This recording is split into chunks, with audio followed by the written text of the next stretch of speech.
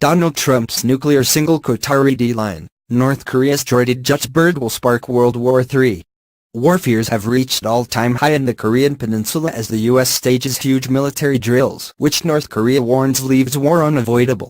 Pyongyang's latest weapons test, the firing of the Hwasong-15 on November 28, has put him one step closer to total war with the U.S. And should Kim make the next big leap forward, he would cross Trump's red line and spark war with the U.S., it has been warned. Dr. Bruce Blair, a former nuclear launch officer, warned such a test could escalate the crisis to another level. North Korea's next step is thought to be a massive nuclear missile test over the Pacific dubbed the Juche Bird. Named by analysts in reference to U.S. nuke the Frigate Bird, the weapon would launch from North Korea, fly over Japan, before exploding over the Pacific. Such a test would be an unprecedented step for Kim, and would prove he had a fully operational missile capable of carrying a nuclear warhead to detonation. Dr. Blair described a test such as a red line for Trump, but warned it is well within North Korea's capabilities. However, he added it would be prudent and rational for Kim to continue testing his weapons underground if he wants to avoid a conflict with the U.S. The expert, co-founder of nuclear disarmament group Global Zero, told Daily Star Online, "If this does come finally to a head, Trump will just have to bite the bullet and apply military leverage to the problem. I think that is what has been in the back of his mind, and I believe that's what he thinks is still an option. Most people don't think there's a military solution, but Trump and some of his advisors seem to think so. And so here we are, his bluff has been called and we are really stuck."